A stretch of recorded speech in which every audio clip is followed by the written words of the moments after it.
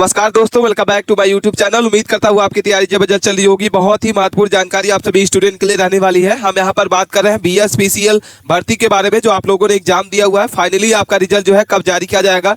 क्या आपका अगस्त के लास्ट वीक में आपका रिजल्ट जारी किया जाएगा या सितंबर के फर्स्ट वीक में आपका रिजल्ट आ सकता है? सभी स्टूडेंट की जो लिस्ट है वो जारी हो चुकी है। हम बात कर रहे हैं CC क्लर्क के बारे में, स्टोर असिस्टेंट के बारे में, टेक ग्रेड 3 के बारे में, JEC के बारे में। ठीक है, आप लोगों ने ऑल पोस्ट कट ऑफ दिखाने वाले हैं आप लोगों को।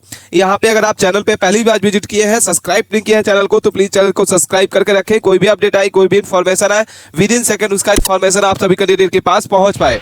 अभी तक आपने बहुत जगह कट ऑफ देखी होगी, जानी होगी, लेकिन एक सटीक डाटा के साथ आपको कहीं कट ऑफ देखने को नहीं मिली होगी। विभाग की तरफ से आपको यहाँ पे बहुत बड़ी खबर निकल के आ रही है। सभी पोस्ट की आपकी जो कट ऑफ है वो लिस्ट आउट हो चुकी है। ठीक है, 4 नंबर का बोनस अंक आपको रिजल्ट के साथ देखने को मिलेगा। रिजल्ट पर मोहर जो है लग चुकी है। ठीक है, इसमें टोटल वैकेंसी अगर बात करते हैं तो 4016 पदों पर इसकी अच्छी खासी वैकेंसी जो है निकाली गई है और सभी कैंडिडेट बस रिजल्ट का इंतजार कर रहे हैं। तो चलिए स्टार्ट करते हैं। सबसे पहले बात कर लेते हैं इसमें Bihar state power holding company limited, जिसको BCPCL कहा जाता है। BCPCL 4016 पदों पर जो आपकी पोस्ट है, इसमें सेव स्कोर क्या रहने वाला है, ये जानकारी आपको समझना बहुत ही इंपॉर्टेंट होगा।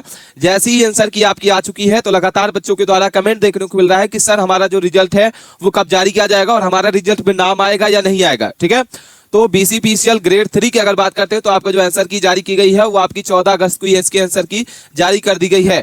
ठीक है, और पदों की वृद्धि के बारे में यहाँ पे आपको बता दें कि क्योंकि पदों की वृद्धि होगी या नहीं होगी, तो अभी पदों की वृद्धि आपको यहाँ पे नहीं होने वाली है। टोटल पदों की संख्या अगर बात करते हैं ग्रेड 3 की, तो यहाँ पे आपकी 2156 पदों पर इसकी वैकेंसी होगी ग्रेड 3 के लिए। टोटल कितने फॉर्म अप्लाई किए गए हैं? तो 3 लाख लगभग स्टूडेंट जो है इस बार फॉर्म अप्लाई किए हैं। और प्रेजेंट कैंडिडेट अगर बात करते हैं तो आपके 1,92,695 यहाँ पे स्टूडेंट जो है प्रेजेंट कैंडिडेट है। ठीक है, इसके बाद हम एग्जाम लेवल के बारे में अगर बात करते हैं तो आपका जो एग्जाम लेवल है मॉडरेट टू हार्ड रहा है। कैसा रहा है? Moderate to hard. ठीक है, इसके बाद हम बात कर लेते हैं कि इसमें जो BCPCL में कौन कौन सी आपकी जो वैकेंसी है, कौन कौन से पोस्ट है जो निकाली गई है। तो कौन कौन से आपके पोस्ट है? तो सबसे पहले आपकी जो पोस्ट है वो सहायक कार्यकारी अभियंता, जिसको JTO कहा जाता है। इसके बाद जो दूसरी वैकेंसी आपकी है जूनियर इलेक्ट्रिकल इंजीनियर, जिसको JE कहा जाता है। इसके बाद थर्ड आपकी जो वैकेंसी है कौन सी पोस्ट भी है? तो जूनियर अकाउंटिंग क्लर्क, जिसको JEC कहा जाता है। ठीक है, पत्राचार क्लर्क के बारे में इसमें बात करते हैं और स्टोर सहायक की बात करते हैं, CC क्लर्क के बारे में बात करेंगे। तो ये सारी वैकेंसी आपकी BCPCL के तहत आपकी निकाली गई है और इन सभी पोस्ट की आपकी क्या कट ऑफ रहेगी ये जानकारी आपको समझना बहुत ही जरूरी होगा। और आपका जो रिजल्ट है कब जारी किया जाएगा, ठीक है, ये जानकारी आपको समझना बहुत ही इंपॉर्टेंट होगा। अभी तक आपने चैनल को सब्सक्राइब करके नहीं रखा है तो प्लीज चैनल को सब्सक्राइब करके रख ले।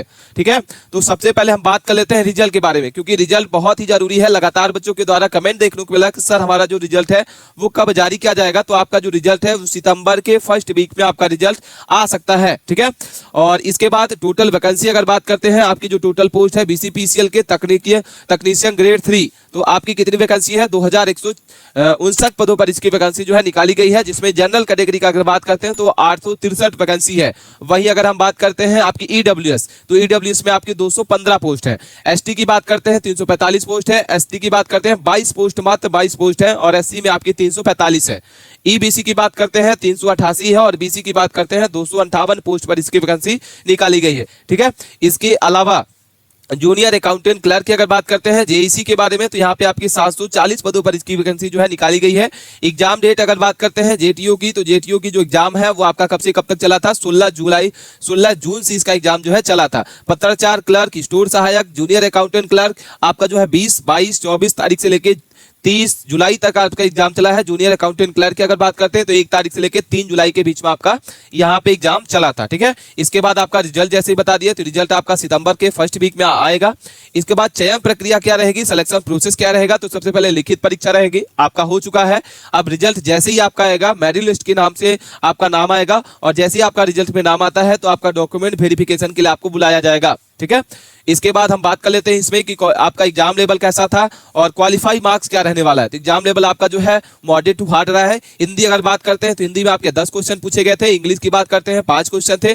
रीजनिंग की बात करते हैं 10 क्वेश्चन, जीके के 10 क्वेश्चन, कंप्यूटर के 15 क्वेश्चन। और अगर हम टिक की बात करते हैं, इसमें टिक का पेपर है तो टिक में आपके 25 क्वेश्चन, आपके यहाँ पे 50 क्वेश्चन पूछे गए थे। आपका टोटल 100 क्वेश्चन 100 मार्क्स का था, ठीक है, जिसमें से अगर आप हिंदी में 7 क्वेश्चन पाए हैं तो आप सेव रहने वाले हैं। इंग्लिश की बात करते हैं 3, अगर आपके 5 नंबर की इंग्लिश पूछी गई थी, जिसमें आके अगर 3 क्वेश्चन आपके सही है तो आप यहाँ पे सेव रहने वाले। रीजनिंग में 10 में से 6 क्वेश्चन है, जीके के 10 क्वेश्चन में से 5 क्वेश्चन अगर आपके सेव है, कंप्यूटर में 15 क्वेश्चन में अगर आपने 8 से 9 क्वेश्चन सही रखा है तो आप यहाँ पे सेव रहने वाले हैं। और टेक पेपर में अगर आपने 30 से 35 क्वेश्चन अगर आपके सही है तो आप यहाँ पे सेव रहने वाले हैं। क्वालिफाई मार्क्स क्या रहेगा, मिनिमम क्वालिफाई मार्क्स क्या रहेगा, तो यहाँ पे 40% आपका जनरल कैटेगरी रहेगा। बीसी की बात करते हैं 36.5% रहेगा। ईबीसी की बात करते हैं तो आपका 34% रहेगा। एसटी एससी फीमेल कैंडिडेट की बात करते हैं 32% आपका रहेगा। तो 100 क्वेश्चन 100 मार्क्स का रहेगा। लेकिन यहाँ पे ध्यान देना होगा कि जो कैंडिडेट यहाँ पे क्वालिफाई मार्क्स देख रहे हैं तो इस तरीके से आपका रिजल्ट जो है जारी नहीं किया जाएगा। यहाँ पे ये मिनिमम क्वालिफाई मार्क्स है कि अगर आपका 40 नंबर है तो यहाँ पे आप क्वालिफाई रहेंगे। लेकिन आपका जो मेरिट लिस्ट बनेगी आपके पोस्ट वाइज हाईएस्ट कटऑफ के बारे में यहाँ पे पड़ेगी। जैसे आपको मान लो कि आप जनरल से हैं और जनरल में अगर आपने जेई से फॉर्म अपना भरा है तो इसमें आपकी जो भी हाईएस्ट कटऑफ रहेगी उसके हिसाब से आपके रिजल्ट जो है जारी किया जाएगा। मेरिट बेस पे आपका रिजल्ट जो है वो जारी होगा, ठीक है। इसके बाद हम बात कर लेते हैं कि आपकी कौन कौन सी शिफ्ट हार्ड रही है, कौन कौन सी शिफ्ट आपकी मॉडरेट रही है। तो 16 जुलाई की सेकंड शिफ्ट आपकी हार्ड रही है, 16 जुलाई की फर्स्ट शिफ्ट आपकी हार्ड रही है। इसके बाद 13 जुलाई की आपकी फर्स्ट सेकंड शिफ्ट, 15 जुलाई की फर्स्ट शिफ्ट, 11 जुलाई की थर्ड शिफ्ट, 20 जुलाई की आपकी सेकंड शिफ्ट, 12 जुलाई की आपकी सेकंड शिफ्ट, 16 जुलाई की सेकंड शिफ्ट, 14 जुलाई की आपकी फर्स्ट शिफ्ट। ये सारी की सारी आपकी जो शिफ्ट है वो सारी आपकी हार्ड शिफ्ट पूछी गई थी, ठीक है। मॉडरेट शिफ्ट अगर बात करते हैं तो 19 जुलाई की आपकी फर्स्ट शिफ्ट, 17 जुलाई सेकंड शिफ्ट, 17 जुलाई की थर्ड शिफ्ट फर्स्ट शिफ्ट, 10 जुलाई की आपकी फर्स्ट शिफ्ट, 18 जुलाई की सेकंड शिफ्ट, 11 जुलाई की सेकंड शिफ्ट, 20 जुलाई की फर्स्ट शिफ्ट, 22 जुलाई की फर्स्ट शिफ्ट, 13 जुलाई की फर्स्ट शिफ्ट, 20 जुलाई की फर्स्ट शिफ्ट, 16 जुलाई की थर्ड शिफ्ट, ठीक है। तो ये सारी की सारी आपकी जो शिफ्ट है वो आपकी मॉडरेट पूछी गई थी, ठीक है।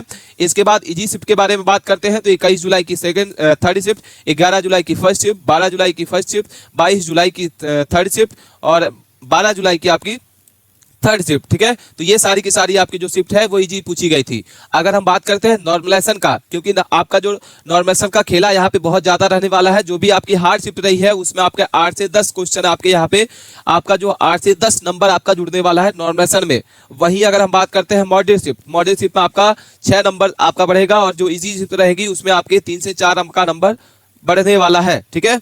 तो कोई भी क्वेरी अगर आपके यहाँ तक है तो आप हमें कमेंट करके जरूर बताइएगा। अब हम बात कर लेते हैं इसके बारे में बात कर लेते हैं कि आपकी जो शिफ्ट है उसमें एवरेज स्कोर क्या निकल के आया है, क्योंकि बच्चों के द्वारा कमेंट देखने को मिलता है कि सर हमारा जो रिजल्ट है उसमें एवरेज स्कोर क्या रहा है और टोटल इसमें स्टूडेंट कितने हैं, ठीक है। तो 16 जुलाई की अगर बात करते हैं, 16 जुलाई की अगर हम बात करते हैं आपकी सेकंड शिफ्ट, ठीक है। तो सेकंड शिफ्ट में आपका जो एवरेज स्कोर निकल के आ रहा है वो आपका रहेगा 49.15 और इसमें टोटल जो स्टूडेंट यहाँ पे एग्जाम दिए हुए हैं वो 301 है। अगर हम बात करते हैं 16 जुलाई की अगर आप मॉर्निंग शिफ्ट, ठीक है, तो मॉर्निंग शिफ्ट में आपका कितना एवरेज स्कोर रहा है बच्चों के द्वारा 52.65 आपका रहा है और इसमें टोटल स्टूडेंट कितने एग्जाम दिए हैं 330। 13 जुलाई की अगर बात करते हैं मॉर्निंग शिफ्ट तो आपका 53.47 रहा है और आपका जो टोटल स्टूडेंट है वो 305 है। 15 जुलाई की अगर बात करते हैं मॉर्निंग शिफ्ट तो यहाँ पे 51.25 आपका रहेगा एवरेज स्कोर और 272 आपके यहाँ पे टोटल स्कोर यहाँ पे टोटल स्टूडेंट एग्जाम दिए हैं। 11 जुलाई की अगर बात करते हैं तो आपकी जो इवनिंग शिफ्ट है 4 से 5:30 की उसमें 51.41 आपका यहाँ पे एवरेज स्कोर रहा है और 366 स्टूडेंट ने एग्जाम दिया हुआ है। अगर हम बात करते हैं यहाँ पे 20 जुलाई की तो मॉर्निंग शिफ्ट आपकी रही है और इसमें जो आपका एवरेज स्कोर रहा है 52.74 आपका यहाँ पे एवरेज स्कोर है। 315 स्टूडेंट इस बार एग्जाम दिए हुए हैं। अगर हम बात करते हैं 13 जुलाई की आपकी जो सेकंड शिफ्ट थी उसमें आपका 49.74 आपका एवरेज स्कोर रहा है, 314 स्टूडेंट एग्जाम दिए। वही आप इस तरीके से देख सकते हैं, सभी अपने शिफ्ट वाइज अपने डेटा को देख लेना होगा कि आपके किस डेट में अपना एग्जाम दिया हुआ है। अगर हम बात करते हैं 18 जुलाई की, 10 जुलाई की, 22 जुलाई की, 13 जुलाई की, 14 जुलाई की, 22 जुलाई और 19 जुलाई, ठीक है। तो ये सारी की सारी एग्जाम डेट आपको दिख रही होगी और आपको यहाँ पे शिफ्ट वाइज आपको यहाँ पे डाटा दिख रहा होगा। इस शिफ्ट वाइज आपको देख लेना होगा कि हमारे शिफ्ट का जो एवरेज स्कोर है वो क्या रहा है, ठीक है। कितना नंबर आपका बढ़ा है, कितना नंबर आपका घटा है, ये जानकारी आपको समझना बहुत ही जरूरी होगा। और हमारे शिफ्ट में टोटल एग्जाम कितने स्टूडेंट दिए हैं, किसी में आप देख रहे होंगे 333, 310, 322, 316, 398, ठीक है। तो अलग अलग शिफ्ट में आपको यहाँ पे अलग अलग स्टूडेंट जो है अपना एग्जाम दिए हैं। इसके बाद हम बात कर लेते हैं इसमें कि आपका जो कट ऑफ है वो क्या रहेगा, एक्सपेक्टेड कट ऑफ आपका रहेगा। आप सभी कमेंट करके हमें जरूर बताइएगा कि आपका एक्सपेक्टेड कट ऑफ क्या है, ठीक है। इसमें टेक पेपर क्या बात करते हैं, इसमें तो मेल कैंडिडेट फीमेल कैंडिडेट दोनों की बात करेंगे। तो जनरल कैटेगरी का बात करते हैं 70 नंबर अगर आपका है तो प्लस आप यहाँ पे सेव रहने वाले हैं। बीसी की बात करते हैं 68 नंबर रहेगा। ईडब्ल्यूएस की बात करते हैं 66 रहेगा। ईबीसी की बात करते हैं 65 रहेगा और एससी की बात करते हैं 60 नंबर और एसटी के लिए 55 नंबर। फीमेल कैंडिडेट अगर आप है तो फीमेल कैंडिडेट के लिए जनरल कैटेगरी 65 नंबर। ईबीसी से है अगर आप तो यहाँ पे आपका 53 नंबर। ईडब्ल्यूएस से है तो 55 नंबर, ठीक है। ईडब्ल्यूएस से अगर आप है 60 नंबर। एसटी से है 49 नंबर और एससी से है तो आप यहाँ पे 45 नंबर आपका स्कोर रहने वाला है। अगर आप इतना है तो आप यहाँ पे सेव रहने वाले हैं, ठीक है। और इसके बाद आप अपना स्कोर जरूर बताइएगा कमेंट करके कि आपका स्कोर क्या है। इसके बाद हम बात कर लेते हैं जेईसी के बारे में, ठीक है। जेईसी की कट ऑफ क्या रहेगी, क्योंकि जेईसी में कई सारे स्टूडेंट जो है फॉर्म अप्लाई कर रखा है। तो जनरल कैटेगरी की बात करते हैं तो मेल कैंडिडेट आपका जो स्कोर रहेगा वो 65 से आपका 72 नंबर के बीच में मेल कैंडिडेट रहेगा। फीमेल कैंडिडेट बात करते हैं 63 से 65 रहेगा। बीसी की बात करते हैं 60 से 66 नंबर आपका रहेगा मेल कैंडिडेट। 58 से 62 आपका रहेगा फीमेल कैंडिडेट। ईबीसी की बात करते हैं 60 से 62 नंबर का रहेगा मेल कैंडिडेट। 55 नंबर आपका रहेगा यहाँ पे 57 फीमेल कैंडिडेट। एसटी की बात करते हैं 55 से 57 रहेगा। 50 से 53 आपका रहेगा फीमेल कैंडिडेट। एसटी की बात करते हैं 50 से 55 रहेगा मेल कैंडिडेट और 45 से 47 आपका रहेगा फीमेल कैंडिडेट। फीमेल के बाद हम बात करते हैं इसमें 40 प्लस रहेगा और टोटल आपकी 9 शिफ्ट इसमें हुई है। टोटल इसमें जेईसी का अगर बात करते हैं तो आपकी टोटल कितने शिफ्ट में एग्जाम हुआ है, 9 शिफ्ट में, ठीक है। और आप हमें कमेंट करके जरूर बताइएगा कि आप जेईसी से अपना फॉर्म अप्लाई कर रखा है तो आपका जो स्कोर है कितना रहा है, ठीक है। इसके बाद हम बात कर लेते हैं इसमें कि आपका जो डॉक्यूमेंट वेरिफिकेशन है वो कौन कौन से डॉक्यूमेंट लगने वाले हैं। तो सबसे पहले अगर बात करते हैं तो आपकी 10th 12th की मार्कशीट होनी चाहिए, ठीक है। इसके साथ में आपका एडमिट कार्ड रहना चाहिए। इसके साथ में आपका जो बीसीपीसीएल का रजिस्ट्रेशन फॉर्म है वो रहना चाहिए आपका। अगर आपने जाति प्रमाण पत्र के साथ अपना फॉर्म अप्लाई कर रखा है तो आपका जाति प्रमाण पत्र रहना चाहिए। इसके साथ में आय रहना चाहिए, निवास रहना चाहिए। तो ये सारे आपका, अगर आप ग्रेड 3 से टेक से पेपर से भरा है तो आपका यहाँ पे टेक की डिग्री रहनी चाहिए। तो ये सारे डॉक्यूमेंट आपको लगने वाले हैं। कोई भी क्वेरी आप हमें कमेंट करके जरूर बताइएगा। मिलते हैं नए टॉपिक के साथ नए वीडियो में। कोई भी डाउट है कमेंट करके जरूर बताइएगा और चैनल को सब्सक्राइब करके नहीं रखा है तो प्लीज चैनल को सब्सक्राइब करके रखें। कोई भी अपडेट आए, कोई भी इन्फॉर्मेशन आए, विद इन सेकंड उसका इन्फॉर्मेशन आप सभी